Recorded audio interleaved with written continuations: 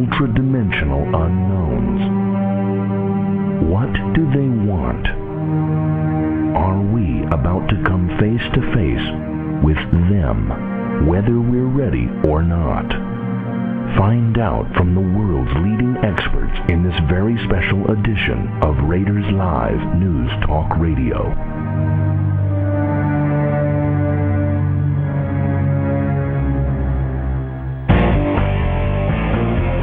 You're listening to RNN Radio, where thinking people tune in.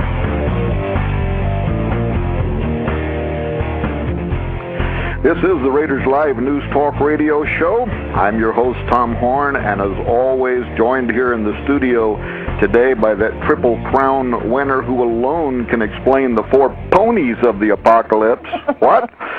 And who else but the guitar-assassinating wild man, Joe Artis. We welcome you back to this special edition of Raiders Live News Talk Radio on this timely subject, official disclosure, prepare for contact. You've no doubt heard recently about the Royal Society, that National Academy of Scientists out of the UK, who as a part of its 350th anniversary celebrations recently brought together what they called, quote, some dizzying intellects, end quote, to ponder the emergent field of astrobiology and to ask this deep question, are we alone in the universe? Now, Vatican astronomers have been weighing in on the question, too. Their top scholars have been hinting that, in fact, we might not be alone. And a recent poll addressing how official disclosure could alter social ideas, including religious ideas, reveals that the public is also deeply considering this possibility that soon we might be faced with evidence of an extraterrestrial, or maybe better said, extra-dimensional intelligence. Well, to help us wrap our mind around this fascinating proposal that the Earth could soon be contacted by ultra-terrestrial unknowns, we have been interviewing all of this week some of the world's leading authorities, researchers, scientists, field investigators, government agents, and theologians on the ramifications of alien encounter. It is our privilege this morning to spend the next hour with pastor, biblical scholar, and co-host of Prophecy in the News, Gary Stearman. Now, Gary grew up in the world of aircraft design. In fact, beginning in 1925, in the years before being sold to Boeing during the war, Stearman Aviation produced a variety of aircraft in which Gary's uncle, great-uncle, father, other family members were actually the designers, builders, and manufacturers of those famous planes. Now, while in engineering school himself, Gary felt called to write, and he added studies in linguistics, languages, including Greek, and Shakespearean research. So that's where that refined eloquence comes from that we'll be hearing here in just a moment. It was during that time that Gary honed his research skills that would later take him into the deepest studies of Scripture. For the last 27 years, Gary's been the pastor of the Bible church known as Grace Fellowship in Oklahoma City. Since 1987, he has worked in partnership with J.R. Church and Prophecy in the News, producing a monthly magazine, weekly television programs, and webcasts. But it is Gary's belief that we are now living in prophetically significant times, a time when the dark spirits of old are beginning to openly reveal themselves, masquerading sometimes as visitors from other worlds. In other words, this is the very man that we need to be talking about in this series of interviews, or talking to. Talking about? Well, maybe we'll do that here in a moment. So from behind his reinforced walls of his secret laboratory somewhere near Oklahoma City, ladies and gentlemen, please welcome to this special edition of Raiders Live News Talk Radio, Gary Stearman. Good morning, Gary. Good morning, Tom. How are you? Pretty good. Hey, after that introduction, I'm going to have to sit up a little straighter in my chair. But I'm ready to talk about the obsession that we have in the world today. Are we alone? Is anybody out there? Man seems obsessed with answering that question. Well, that's right. Now, one quick question before I ask you about what's out there. What about what's down here in Oklahoma? Has it thawed out down there yet? You know, we got a little snow, and it's supposed to melt, but then a little more is due to come in next Sunday, so it's strange. This global warming has really got a lot of snow falling. Yeah, I think they found Al Gore frozen to a tree somewhere, didn't they? I think so, yeah. All right. Well, we got a lot of territory to cover, and I want to talk to you in particular about some of your research into this area of extraterrestrials, or more appropriately, as I said a moment ago, in my opinion, extra-dimensionals, but we'll hear what you have to say about that. And I want to get your response starting out to this avalanche of recent news concerning this idea, are we alone in the universe, coming out of the Royal Society. I must have 15 headlines sitting in front of me just from the last 7 or 8 days. News people everywhere just don't seem to want to let this question go. One of the headlines just from the last few days, the #1 astronomer for the Queen saying E.T. might be looking right at us and we don't even recognize them. Starting out, what can you tell us about these meetings and the material that seems to be all over the news right now about this?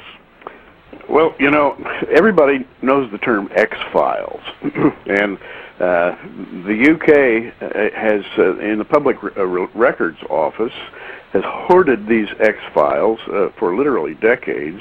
The United States has done the same thing, and there's almost been a religious silence. When you talk about a religious silence, I'm thinking of the Vatican, for example, which has on its index many secrets from ages past and really invented the idea of above top secret. And in their files, the Vatican has dealt with strange lore from down through the ages, put that all on file, and so it's not a surprise to me that the Vatican, European governments, perhaps even the United States, have arrived at the point where they believe now it's time to ask the big question. What's going on in our atmosphere? Because they're literally an ages-long record of visitors from perhaps another dimension, but now the popular belief is from the stars. Visitors from other galaxies, perhaps other planets, who have come to Earth on a mission. And the Vatican has begun to ask the question, what mission exactly are they on? How should we relate to these visitors, and should we regard them seriously? Do they have something they can teach us? Should we teach them something? In other words, the Vatican, as well as some of the governments around the world, the Vatican seems to be preparing for a meeting of some sort, and I frankly believe that meeting is going to happen. Now, you talk about the X-Files out of Britain. We interviewed Nick Pope a couple of nights ago, former lead investigator for the British Mod, on those X-Files. And for the first time, we got Nick to admit this might be supernatural as opposed to a physical manifestation. But let's get specifically to your research. And in fact, in this month's edition of Prophecy in the News magazine on this question of the Vatican, there's a feature article by you. It has a picture of the Pope standing next to an alien. And part of the caption says that while the Pope probably didn't actually meet with this nasty-looking creature, the Vatican does seem to be preparing their adherents to welcome Earth's space brothers. Let's talk about that, beginning with the question, what are the spiritual issues that are raised by space aliens?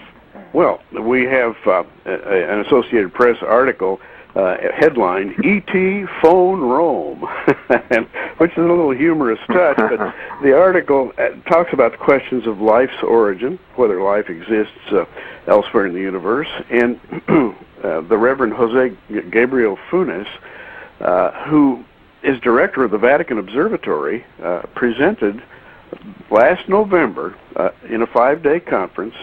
He presented arguments in favor of the presence of ETs, and basically was campaigning for a meeting between humans and extraterrestrials.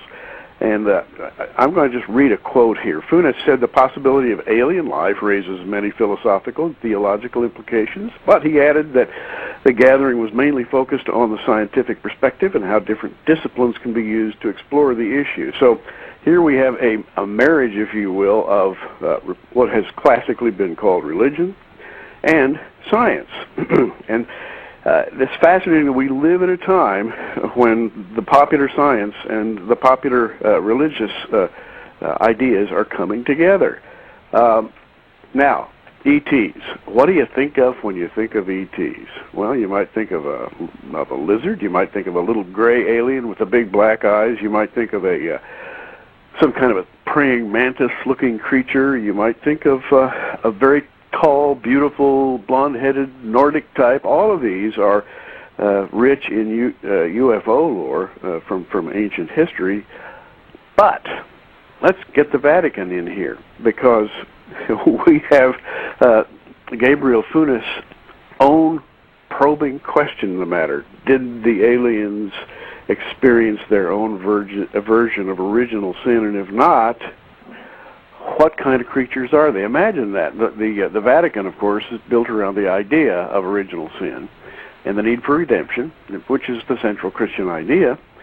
What if aliens came here who never experienced original sin? That's the question that's being asked. Should we regard them as perhaps mentors, come here to help us out of our human condition? So I think, Tom, that's the question that the Vatican is concerned with. Really, they're concerned with the idea of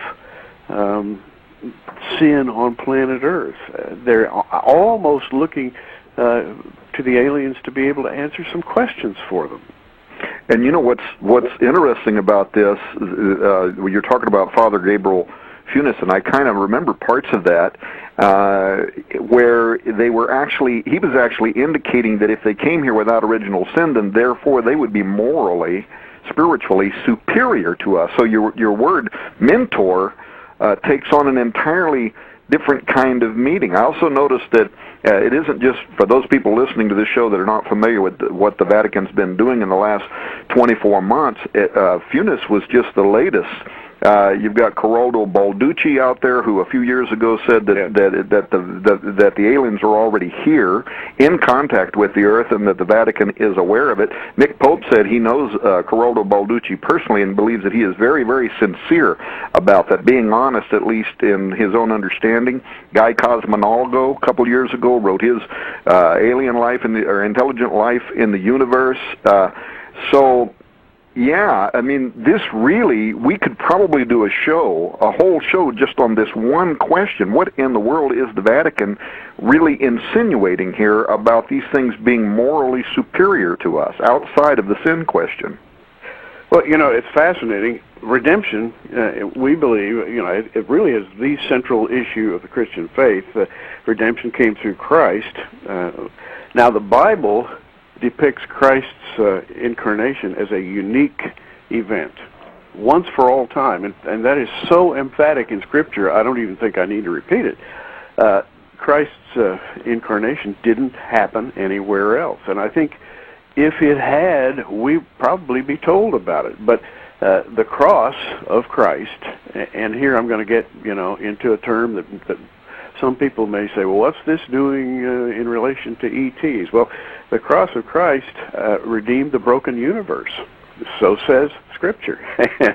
And the fact that it went beyond this earth, that is, the finished work of Christ, was universal in nature. That being the case, if it was a solitary event in time, never to be repeated, then Gabriel Funes has a problem.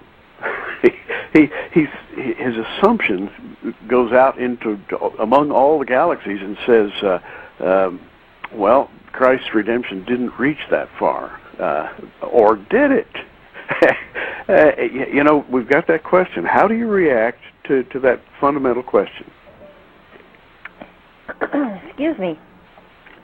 I wanted to ask, does the Bible even support the idea of ETs from other worlds? Actually, it supports the idea of ETs. And, of course, that's the term extraterrestrial, meaning outside this planet.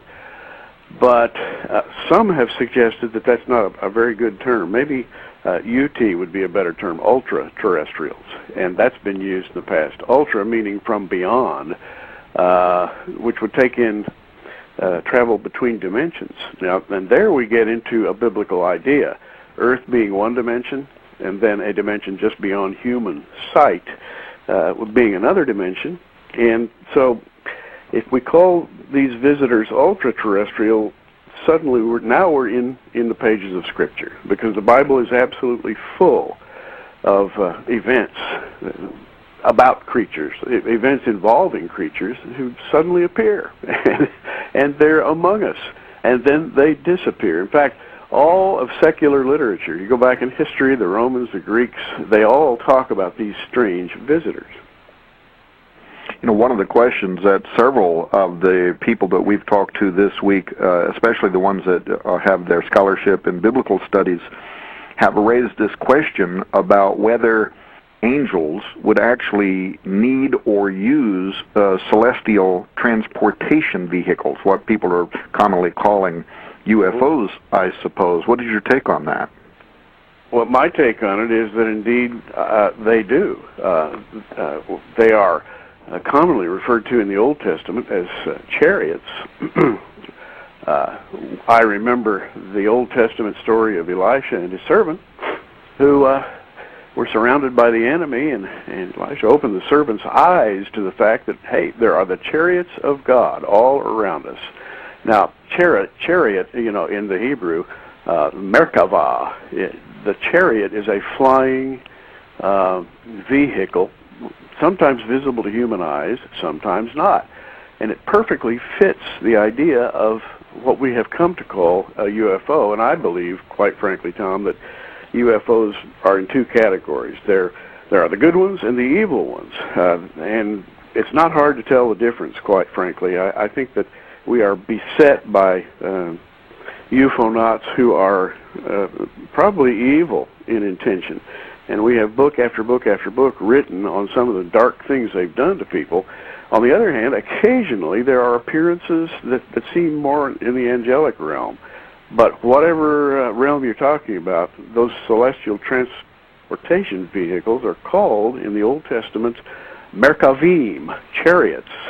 And even the Lord, by the way, even the Lord rides upon a chariot, which I think is amazing. For example, in Ezekiel chapter 1, and I'm sure you've spoken with others about this many times, the Lord appears to Ezekiel in what can only be described as one of these Merkavim, chariots. Also, have you ever looked at this, like in 1 Chronicles 28:18? It actually refers to building a model, if you will, and it says, after the pattern of the chariot of the cherubims that spread out their wings.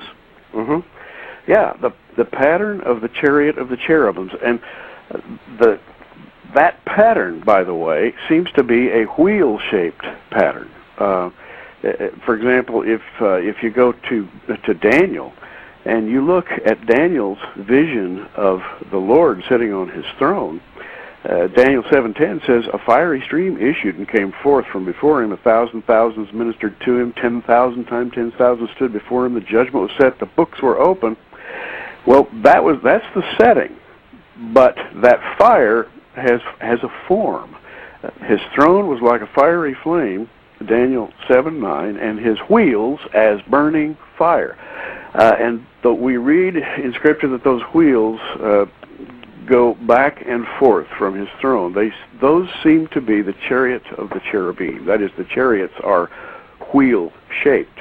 And perfectly, by the way, corresponding to what Ezekiel saw, he, as he stood by the river Kibar in Babylon, a fiery wheel came across the plain and stopped and landed before him. So, as strange as it sounds, the Bible supports the idea of celestial transportation vehicles for both angels and dark forces. Now, so here's a hypothetical question then. If the stolen artifacts of the temple were ever found and there was a golden UFO model in there, what would the response among theologians be? Well, you know, that brings up the whole question of the ark. Talk about the temple, the ark has the two cherubim atop it with their wings touching, and those cherubs are guardians over the ark, and they are kind of models of what goes on at the throne of God in heaven. The cherubs seem to be God's representatives presiding over various various life forms on this planet. So God is represented by these creatures. Now, all of this, and I'd like to come back to this question about extraterrestrials. When the Vatican had that meeting, they invited atheists, they invited Catholic leaders, they invited scientists and different groups. In fact, they invited people from SETI, the Search for Extraterrestrial Intelligence. They invited astronomers. And they broke up that meeting into segments where they talked about the origins of life, they talked about the environment, the human genome, where did the human genome come from, including, by the way, Tom, the question of did extraterrestrials seed this planet? Mm-hmm. Are they our true parents? And so the Vatican really got right back to origins in this conference, and I find that truly amazing. In other words, it's amazing in the sense that we have now come to a point in human history where the creation questions are right out there on the table for everybody to see. Mm-hmm. Well, Guy Cosmonalgo, who wrote his Intelligent Life in the Universe that came out a couple of years ago, has already said publicly that his next project, what he called a mind-bending mental experiment, is under the working title The Jesus Seed, which sounds suspicious to me like some kind of directed panspermia. Exactly. Panspermia being the doctrine that there was an original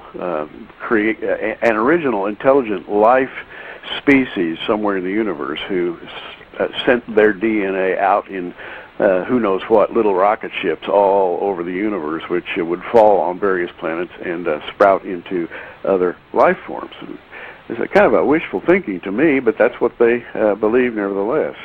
Mm-hmm. Let's get back to these cherubim. From what you were saying, I'm taking it that the cherubim might be higher than the angels, and there's also a question about who was the fifth watcher. You want to talk about that?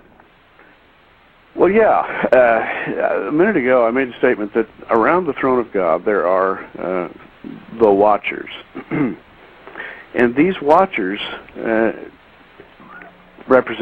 seem to represent the kingdom of the birds, the kingdom of the domestic animals, the wild animals, and the kingdom of man. In other words, the four divisions of creation.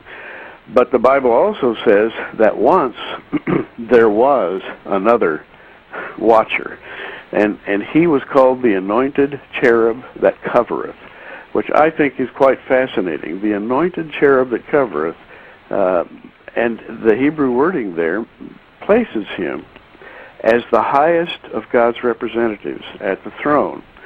And guess what? The anointed cherub that covereth is simply a euphemism. It's a euphemism for a creature of great intelligence who watches over a specific area of life in the universe. In this case, on planet Earth, we discover from other scripture that the anointed cherub fomented rebellion in the heavens, later became known as Satan, but he's also known as the serpent. And we find out, and it's not difficult to find out at all, that he's reptilian in nature. That is, he is, without a question, a reptile, and he must have been a watcher over the reptilian kingdom. In other words, there used to be 5 watchers at the throne of God, and the chief among them was a reptile. Mm. And it's safe to assume that, like the other watchers, he watched over a kingdom, specifically the kingdom of the reptiles, which, as we know from archaeology, was once the dominant kingdom on this planet. Suddenly it died out and became represented by a bunch of squiggly, creepy little creatures, and their leader must have been vanquished. And once they were great, now they have fallen. And that's sort of the beginning of this long story about the watchers. The anointed cherub that covereth is now the abhorrent serpent who is running his own program. And we read in the book about what's going to happen to his program. That's one of the most fascinating things I have ever heard. I'm going to have to follow up on that personally. Absolutely thank you for that. I'm looking at your article here. I'm actually holding the February edition of the Prophecy in the News magazine in my hands. Your lead article, the feature article, The Extraterrestrial Question. And you write, religious authorities must ask whether these assumed aliens from space evolved from some primordial ooze or were created in the same fashion as Adam. Also, various reports state that these spacemen often appear in radically different forms. Could it be said of them that, like man, they were created in God's own image? Most likely not. A lizard, gray alien with bulging black eyes, insectoid or other bizarre creatures does not bear God's image, but then you say parenthetically, curiously, however, they do resemble historical descriptions of demons. Yes, they do. As a matter of fact, we don't have to look far to see historical descriptions of demons. All we have to do is go to any historical library. There are dozens of them in Europe, here in America, where they have artifacts from ancient Babylon, the area of the ancient Assyrians, Nineveh, ancient Rome. They have dug up little statues of the creatures that were worshipped back in those days. We know them to be representations of demons. And guess what? They look just like the modern manifestations of little UFO-nauts. I'm thinking particularly those big-eyed grays. You can go to the libraries and go to the museums of Europe and see dozens of little teraphim, little statues that were worshipped by the ancients, and they have an amazing resemblance to today's UFO-nauts. Now, let's talk for a moment about the ranks of angels. Yeah, well, we mentioned the cherubs, and Kiruv in the Hebrew, which translates cherub in English, is the designation of that is a kind of loving care. That is to say, if you can imagine a mother watching over a child, that idea is expressed there. Then you get into the angels themselves, which seem to be the archons, and below those, in the New Testament, we have the exousion, or exousia, the delegated authorities. Below those, we have the rulers of darkness, or night rulers, and then we have demons. So really, there seem to be the cherubs, and then below that, 4 classes of angels. Archons, would call them archangels.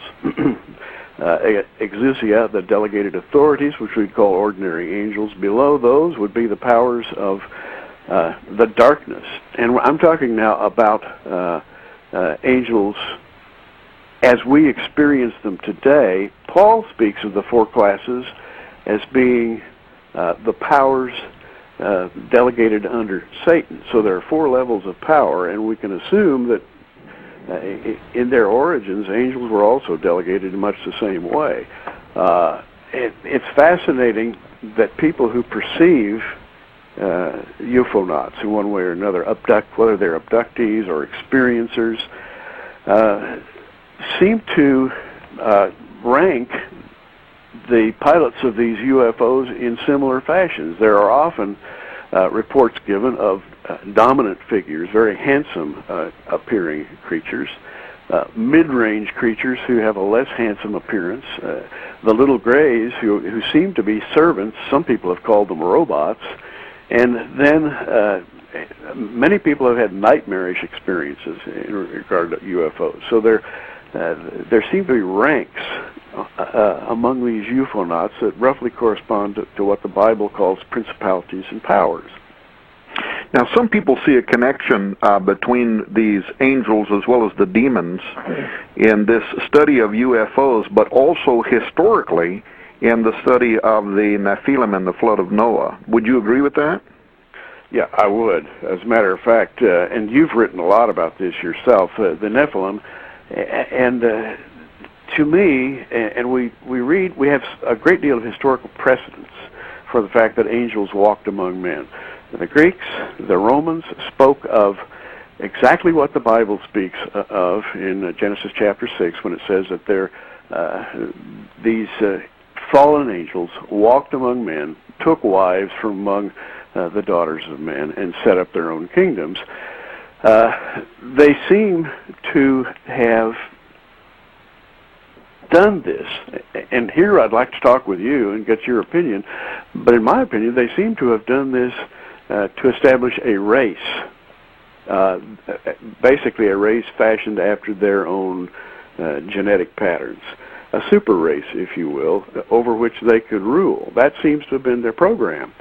The Book of Enoch seems to support that. The Bible supports it. And you know, it's fascinating. Even philosophers like Plato support that.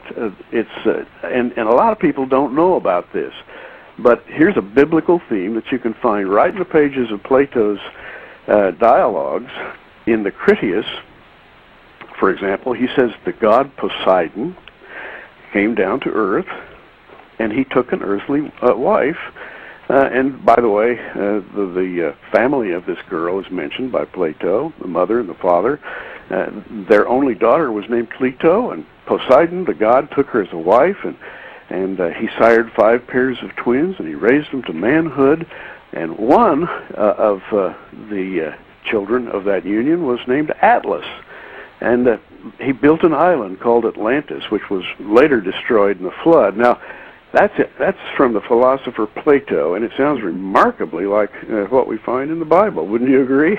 I absolutely would, and I'll take it even a step further. Human DNA corruption in the days of Noah, this story is certainly very suspiciously similar to the story you just told, to the legend behind the Titans, that the gods came down and intermingled with humans, out of which came forth these demigods. It's interesting that you mention Poseidon. There's a movie, and I can't even think of the name of it right now. It's made for teenagers, but it's in the theaters right now. And the idea is this boy discovers that he is a demigod, that he is the long offspring of the god Poseidon. Wow. And there was a news report last week in which one of the guys who was reviewing this film said, no, it's not Clash of the Titans. Nita was holding up a card to me. No, it's another one right now. It's like a boy's name, and anyway, he learns that he is the offspring of Poseidon. But the film reviewer pointed out how that during the dialogue in this movie, and people are learning that among us right now are numerous people who don't realize that they are the offspring of these mythical gods, but that they are walking around us right now. And if they could discover this reality about themselves and get in touch with that energy, they would be able to do supernatural-like type things, have extra human ability. And there, in the dialogue in this, it says that there are even people such as U.S. presidents. Mm-hmm. And the critic for this film says that there was a subtle message in this new movie that's out right now that Obama might be a demigod based on the dialogue that's in this film. But in any case, let me get back to the UFOs, because do you believe that echoed today in what happened with the Watchers and this DNA corruption, that we are seeing something similar in these UFO flap areas and abduction areas where people are abducted, ovum is removed, scoop marks, animals are found with parts of their DNA removed in laser-like fashion? I mean, is this kind of a modern mirror to what was going on in the days of old? And if so, what are they doing? Why are they collecting human DNA? I absolutely believe that, and I believe they have a program which is at least 60 years old. We can track it back to about 1947, which brings up another topic, by the way. But let me just interject from my personal perspective that I came out of a family who were in the aircraft business and who were in the business of designing various kinds of devices. I'll just put it that way, for the government. And many of my relatives were and still are classified above top secret. And the table conversation that I heard going back into youth was that There were significant UFO events that had been covered up by the government, but more than that, the government was actually in the business of collecting technology from aliens, which was then being integrated into our own design technology. I heard this as a child, essentially, and so that has kind of colored what I believe. And as I've listened over the years to what other people are saying, I have come to the conclusion that this is the same sort of bargain that took place in the days before the flood, in which the fallen angels came down to man and said, we have this superior technology that we will offer you in exchange for what? For your blood, your DNA, and your souls, so that we may rule over you. And I think the transaction that is going on between governments of the world and the ultra-terrestrials is exactly the same as it was in the days before the flood. So that would be my quick answer. Well, so we're talking about a modern Faustian agreement that is much higher than most people could even imagine, and what you said is absolutely the truth, that it was an exchange of technology and even knowledge, mystical arts. Is for the use, which raises an interesting question we won't take time to exercise. The fact that they had to get permission from people says something about the rights that we have under God that can be surrendered but don't have to be, in right. which we allow these things to use us, manipulate us, take control of us. Here's an even more fantastic proposal. Enoch says that these Nephilim, when they were destroyed in the flood, they were buried in the hills of the earth. Now, I don't know, if the angels took them, buried them there, they were swept in there by the waters of the flood, and they've been buried beneath these sands. Could these things ever be discovered? Maybe have part of them been discovered? Is something happening with their DNA? Yeah, as a matter of fact, I think that the bones of those people, those ancient aberrations, have been found on numerous occasions, and they are quickly hidden away, kept out of the gaze of human beings, because such a thing would run counter to what we believe about, for example, modern science wants to believe evolution, that man sort of arose from the ooze. If you could prove that there were super beings in generations past, that would totally smash the idea of the evolutionary theory. So secular science is against this idea because it runs counter to the idea, to their own conception of evolution. Christians are against the idea in a lot of cases because they don't understand God's program and they don't understand the work of Satan. But in my opinion, a Christian needs to be armed with all this information so that we'll more fully understand prophecy, more fully understand God's plan for the latter days. And on the subject, by the way, of these intruders, back in the old days, they were called Rephaim. They were called, that is their offspring, the offspring of the demigods and the human women were called in the Bible Rephaim. And Rephaim comes from the Hebrew Rapha, which has a strange complex of meanings. It means, it's regularly translated giant, but it also means to heal, to mend, to repair, or to fix something that was broken. And the Bible has an interesting prophecy in Genesis 6. It says there were giants in the earth in those days and also after that, which is generally thought to mean there were giants before the flood, there were giants after the flood. Where did these giants come from? They came from the interaction between fallen angels and human beings. The Bible refers to them as Rephaim, and Rephaim is three things. In the Old Testament, it's a place name, the Valley of the Rephaim. It is a designation, that is to say, it's roughly the designation for a giant in general, and it's often translated giant in the Old Testament. But it also has a genetic component. Mm-hmm. The Rephaim are those who are so corrupted in their genome that they cannot experience redemption or resurrection. And to me, that's a fascinating subject. Well, talking about genome and resurrection, you know, science now is perfecting cloning technology. They just sequenced the genome of the Neanderthal, according to some of the news out this week. One of the university professors that was being interviewed for those news stories, and this was reported by several reputable news sources, says whether it is ethical or not, it is going to happen. They are going to resurrect extinct Neanderthal. The Nephilim seem to have had some method for returning too, because as you just pointed out, they were before the flood, but they also were after the flood. Do you think there's any connection between high technology and what we may now be proposing? I absolutely do. And I alluded to that a moment ago with the idea. And, of course, there have been dozens of books written on the subject. Colonel Frank Corso's book is probably the best known. The Faustian bargain, as you called it, in which we trade information for technology, has resulted in a corruption of the human genome. I have heard expressed on several occasions the idea that government officials the world over now see as one of our chief problems discerning between a true human being, genetically pure human being, and a hybrid human being.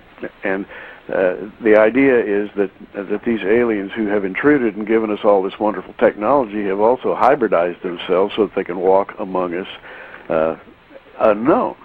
Now this is Gary, if the Watchers were engaging in genetic manipulation before the flood, why couldn't they be doing the same thing today? And does this, here's a wild question, does this suggest anything about things like Bigfoot or Loch Ness?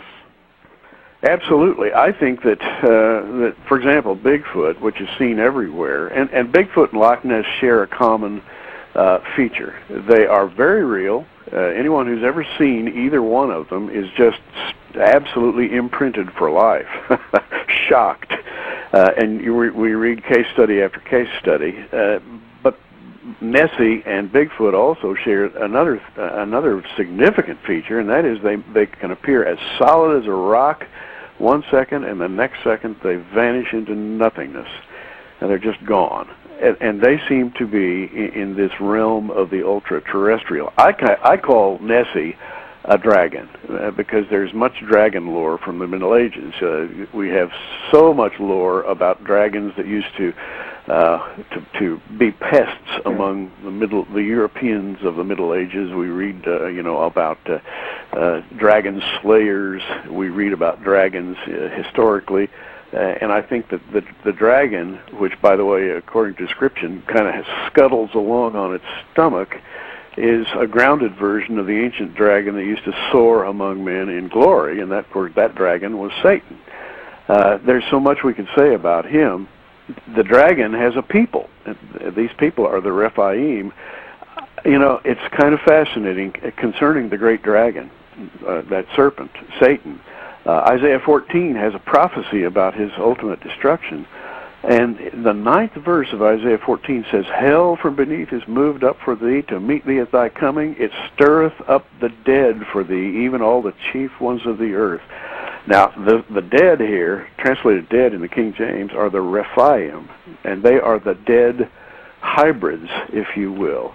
And the fascinating thing that I want to insert quickly here is that Isaiah also says that the dead can never experience resurrection. Isaiah 26:14 says they are dead. And that's a translation of the term Rephaim.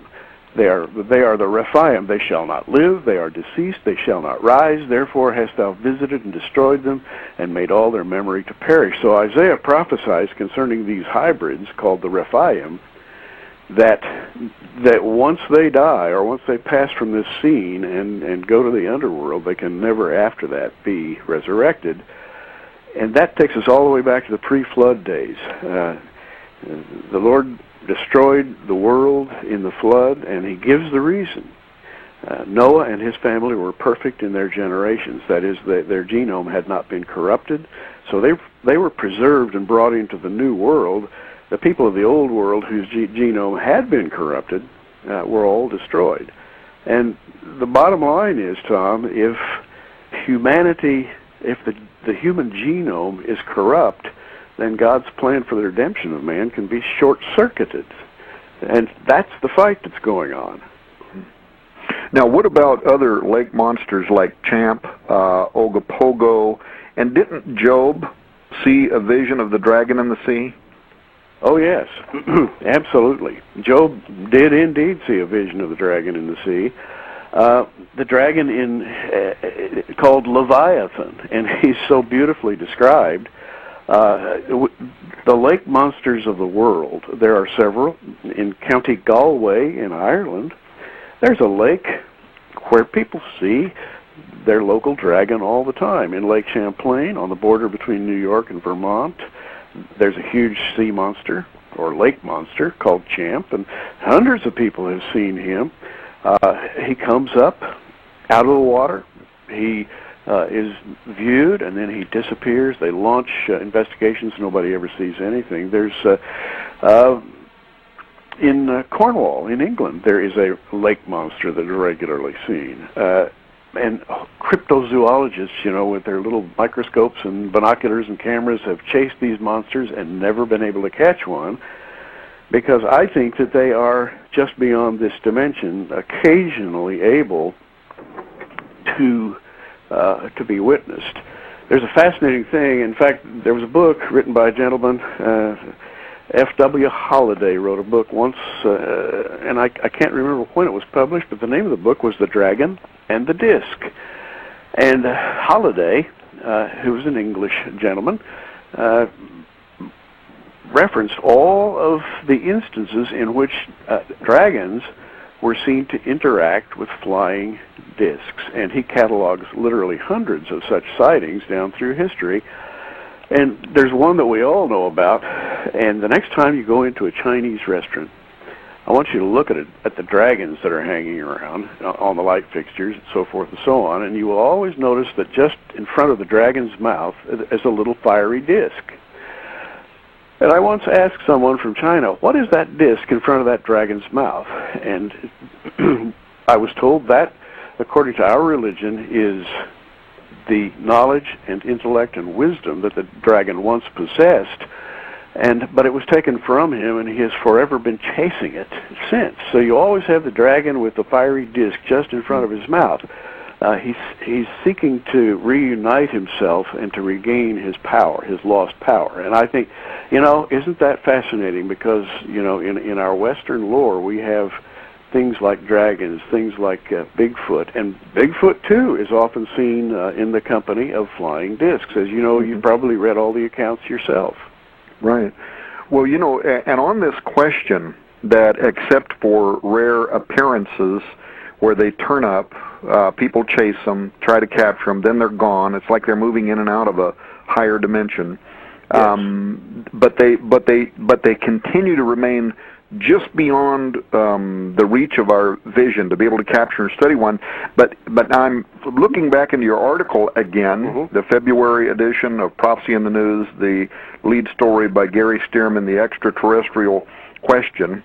And on page 10, you say, today, however, under conditions in which the influence of God's Holy Spirit is diminishing, there is a quickening of their appearances, giving credence to a false scenario. First of all, I want to tell you, when I first read that the other day, it put a chill down my spine. Just the way you wrote that, under influences in which God's Holy Spirit is diminishing. What a frightening thought that is. But as it is, more and more of these manifestations over the past couple of decades are looming, giving credence to a false scenario. What was you talking about?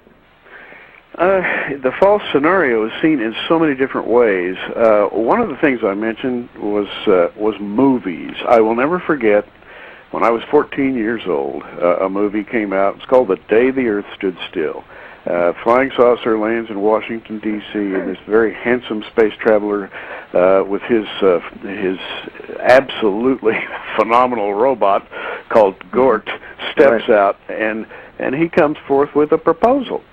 In fact, he comes forth with an ultimatum. He addresses an assembly of the world's leaders, and he announces that unless they find peace and give up the nuclear arms race, Earth will be reduced to a burned-out cinder. And yet he it sets a kind of a trend in what I call hits from outer space. You have E.T. the Extraterrestrial, you have Flash Gordon, you have Star Trek and Star Wars, and you have the old grade B movies from the 50s, Earth versus the Flying Saucers, and they all carry a theme that humanity is corrupt and evil. Unless it mends its wayward ways, the extraterrestrials are going to have to step in and set things straight.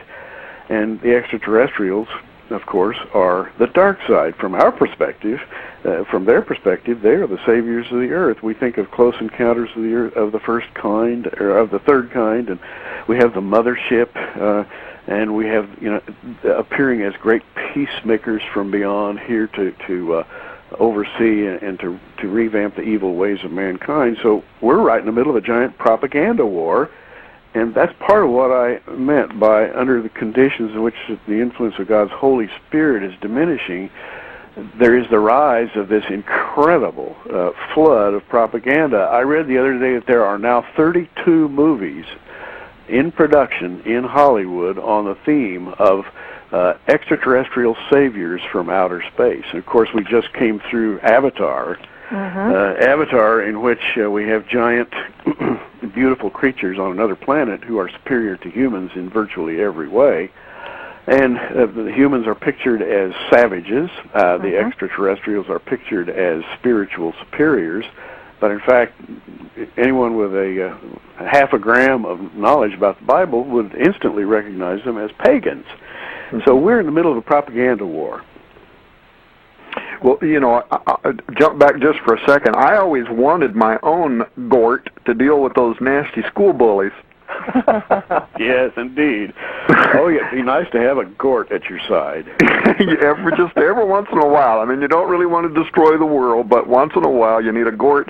Hey, we've got about 7 minutes left. Where is this going, Gary? What's on the immediate horizon that you think people should be aware of?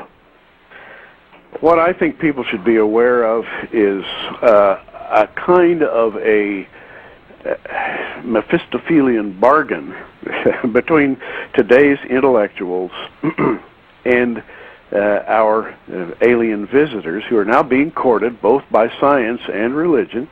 The Vatican Conference, there was an MIT conference on Close Encounters of the Fourth Kind back in, I believe, 1992. It's amazing how many scientific and religious figures are now banding together and courting, if you will, those whom they believe to be our saviors, namely visitors from outer space. And this perfectly fits into the secular model. In the article, you may have noticed that I went into a little history about Dr. Francis Crick, discoverer of human DNA.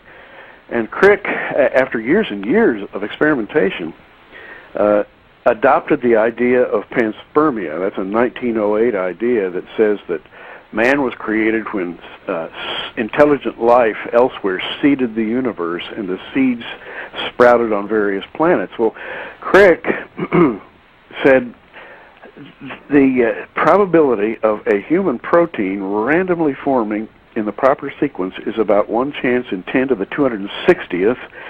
And when you consider that the total number of elementary particles in the universe is only about 10 to the 80th, Crick says, well, one can see that the probabilities of spontaneous generation of life are virtually non-existent, impossible. And so at the end of his life, Crick adopted this idea that intelligent extraterrestrials seeded human life. Now, Crick is one of our most exalted Nobel Prize winners, Tom, and he is the model for modern science, which is now leaning in that direction. And if an ultra-terrestrial stepped forth and offered them his hand, I'm sure they would accept it.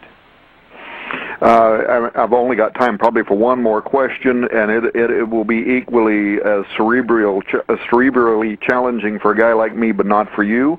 And it moves from astrobiology to a related field, astroarchaeology.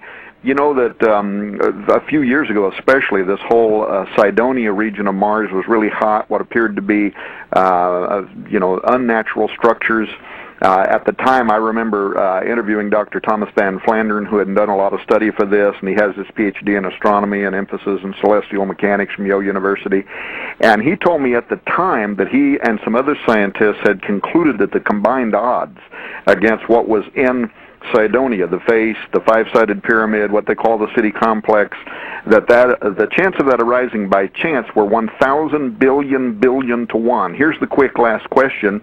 Whether it's Mars or some other place, do you think that there will ever be a discovery of extraterrestrial archaeological evidence, and or if there ever was, would this be physical remains of this earlier reference you made to this prehistoric war, maybe when Lucifer was cast down, or would it be something else? Wow, how I wish we had another hour. You've just opened up a brand new one, because, yes, in fact, I do believe that the Earth is scattered with artifacts from a previous era. In fact, whole books have been written on the subject of forbidden archaeology, as you know. And books have been devoted to the idea that there are artifacts in the solar system from ancient superior cultures. There was a fall, and there was a magnificent fall from grace in the hierarchy around God's throne. And the whole Bible is concerned with the idea of the fall and redemption. And Tom, I believe that fall is far more complicated and far more widespread than most Christians generally believe. Usually we reduce it down to a couple in the garden and a forbidden fruit and a little serpent there who kind of stepped up with some advice for Eve. But I think it's much, much, much bigger than that. I think it's universal in proportion. I think our solar system shows signs of being savagely torn at one point in history. There are a number of books. Velikovsky wrote about this. Others have. Planets seem to have exploded. Mars seems to have been stripped of its atmosphere. It has a canyon on one side of it as long as the United States is wide. Something horrible happened at one point that destroyed, I think, a superior civilization. And that war, I think, was of heavenly proportions. And I think that it all focuses back on the coming of our Lord, who came specifically to heal the broken creation. That's why he came. Gary, how can people learn more about you before we run out of time? Well, prophecyinthenews.com is a good way to find out. We have regular webcasts daily. We have podcasts that you can download to iTunes or your iPod, and you can watch our 30-minute broadcasts right on the web, prophecyinthenews.com. All right. Well, we've been talking with biblical scholar, one of my favorite men and writers, Gary Stearman of Prophecy in the News. He's also the pastor there of Bible Church in Oklahoma City. If you live in that area and you're looking for a good church and you don't mind being challenged to think, I would imagine that he'd probably accept you in there with open arms. This is the Raiders Live News Talk Radio Special Edition. Gary, thank you so much for being on the air with us today. Tom, thank you for having me. Thank you for joining us for this special edition of Raiders Live News Talk Radio. We'll continue in a moment. Don't go away.